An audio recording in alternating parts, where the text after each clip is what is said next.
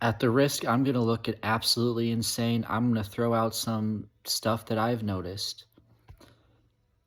The devil can give you supernatural feelings of sexual things towards people. And, someone tried to kind of correct me, was like, are you being sexually attracted to them because of maybe whatever is going on them? Or is it more only and only what is in you or what you're doing? And I couldn't figure out the right answer to that, because this is what I do notice. So let's go back to let's go back to, I'm trying, something wants me to say a few years ago, but there's one particular thing I did notice like a year ago. Is there something a few years ago that happened? Oh, so a few years ago would have been, I was reading this book hey, no, stop. So a few years ago, I was reading this book, and it's completely demonic. And it's written by this author who interviewed, who interviewed schizophrenics to see what kind of stuff they believe. And a few of those things that they believe, for instance, they're like, oh, if you ingest metals, it gives you power. Or even just wearing metals on your body, it gives you power.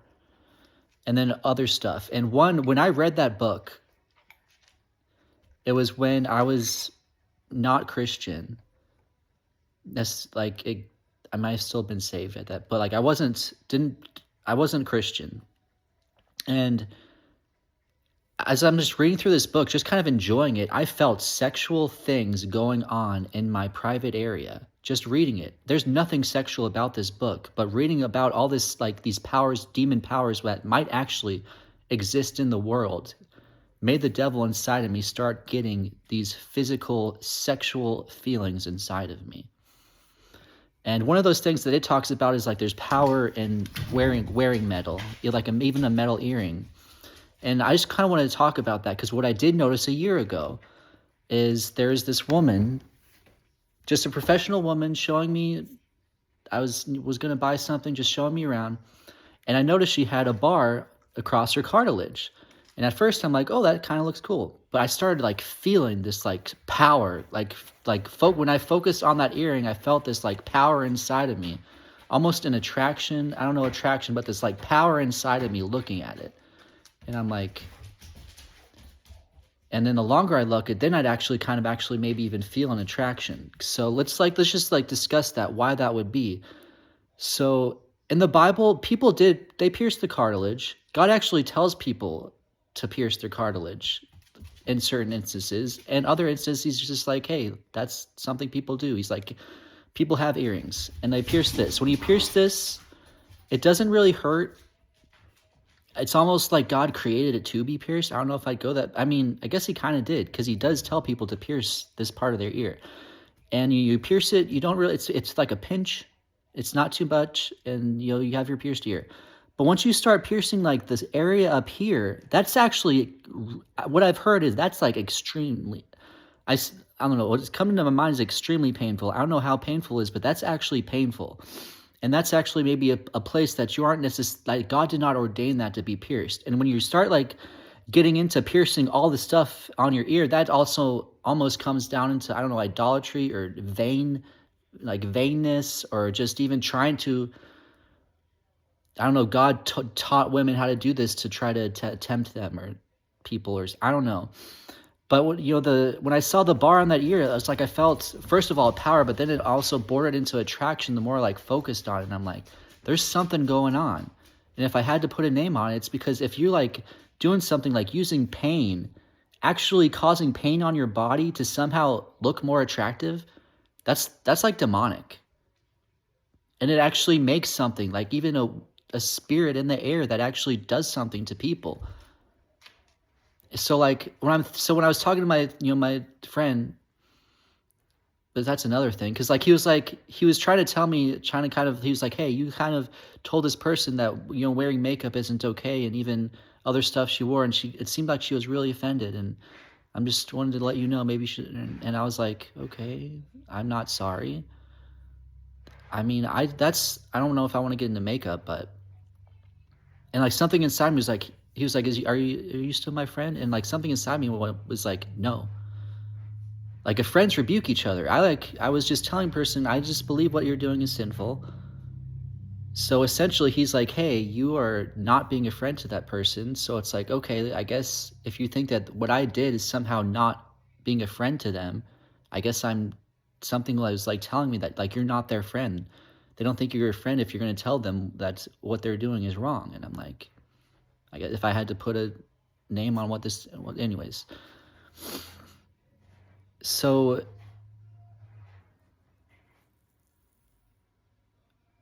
that's what I'm trying to get at is like one, it's like what's the woman, how demonic it is can actually like stir up the devil inside of someone else.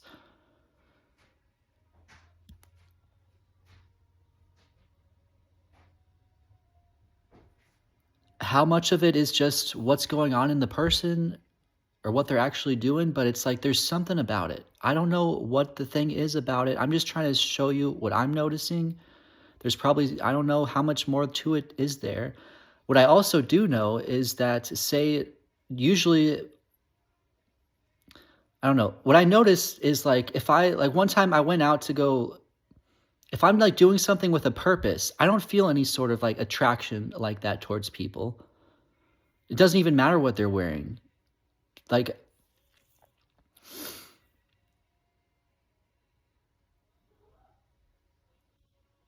Like for instance, one time I went out to street preach and then I didn't end up street preaching. And essentially I just went out there and walked around the city at night and saw a bunch of people in scantily clad clothing, which at the time it didn't really do anything to me. When I was like doing with it a purpose, like it didn't. But when I got home, I didn't actually do anything. All of a sudden now it's like the devil's reminding me of all the women I just saw, and it tried to get me to start to tempting me. But one time I did actually go there to street preach, and I did street preach, and I remember it. Like I was like, I'm going to street preach tonight. I want to give my testimony. I want to speak and all this stuff. Like my church, I got my church to like go out that night. I don't know if I got them, but like I made sure that they were still out there. Like after I got worked, I was going to go. I parked my car. I was on a mission. I'm walking over to where they're standing for me. I see all these women, just boobs completely out, no stomach clothing, all this other stuff, and it didn't entice me even in the slightest. I'm like, I'm on a mission. I need to get there. I need to go street preach. Didn't do anything for me. And then, when I get home, and when I actually did have my purpose and I actually did street preach, after I street preached and I got home, didn't have any sort of like flashback imageries or anything. Devil reminded me, like basically I went there, did my thing. The other time it's like I went there and basically all I did was go around and see a bunch of scantily clad women. But anyway, and that's like an idea I had when I was trying to be like the Messiah. I was like, I had a bunch of different little things I was pointing out that I kind of learned. I was like, we could solve this idea of like people are like, just because someone's wearing something doesn't mean you have to like, I don't know. Like there's a professionalism. I forget where I was going with it because I know like I was a cheerleader. I was around a bunch of people wearing skirts and their whatever knots and other things, and I was always completely professional. I felt absolutely no sexual attraction whatsoever when I was being a cheerleader. Like it's a professional thing. And then I think about like, doctors, like when they're professional, they can look at a completely nude body. They don't have to feel anything towards it. And I'm like, I don't know where I was trying to go with it about what kind of message I was trying to give or something. But I was like, if you're trying to, I don't know, I forget what I did back then. But anyways, like if you're like there's a way you don't have to see people in that way. Like you can be, I don't know where I was going with that. I don't know where I'm going now. But there's also this like aspect of it where like the devil does. Like these days, women are just completely out there and men don't necessarily even feel anything towards them.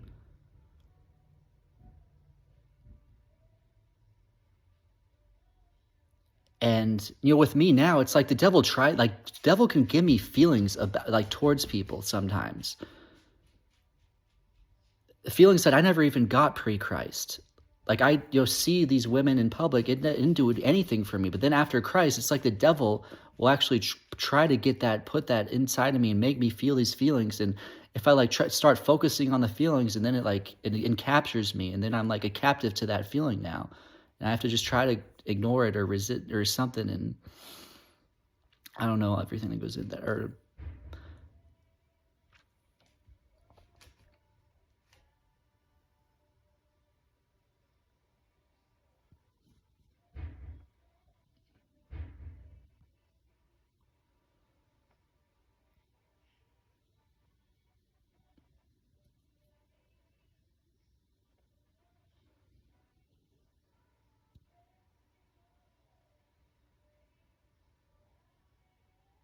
oh, I guess one of the points that I don't know, not one of the points I want to make, but one of the point I kind of want to make is like if you dress godly, God can actually protect people from being that, seeing you in that way. Like whether or not, if it's just my sin in my life that is now I'm just kind of given over to some sort of fleshly desire because of the sin in my life, and now I see this woman with her midriff showing, boobs hanging out, long legs or whatever have you, and now I'm feeling the sexual attraction or whatever, could just be the sin in my life. But if that woman was just wearing a long skirt, shoulders covered, no cleavage, whatever, and is being godly, God will protect your mind from that person. God will protect that woman from someone's mind thinking of them in that way, even.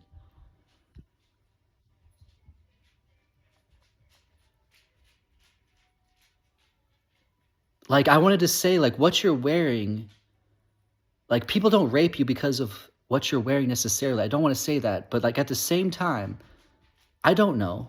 Like, because I want to think that there's something to this. If you're a godly person who dresses godly, God will protect you. Will just protect you, protect people from thinking of you that way, or from just even doing something if they even did start to think it that way, or maybe even completely thinking of you that way, in that way. But because I do remember, when people want to make the arguments about, oh, people are raped because of what they're wearing. Like, if you all just wouldn't wear that, and then you have the 12-year-old girl who's wearing overalls, and she's like, this is what I was wearing when I was raped. And I do specifically remember it was like, overalls, which, sorry, but that's also almost demonic because women aren't supposed to be wearing pants. But so I'm like, one, is it more I don't know what I want to go there with that, but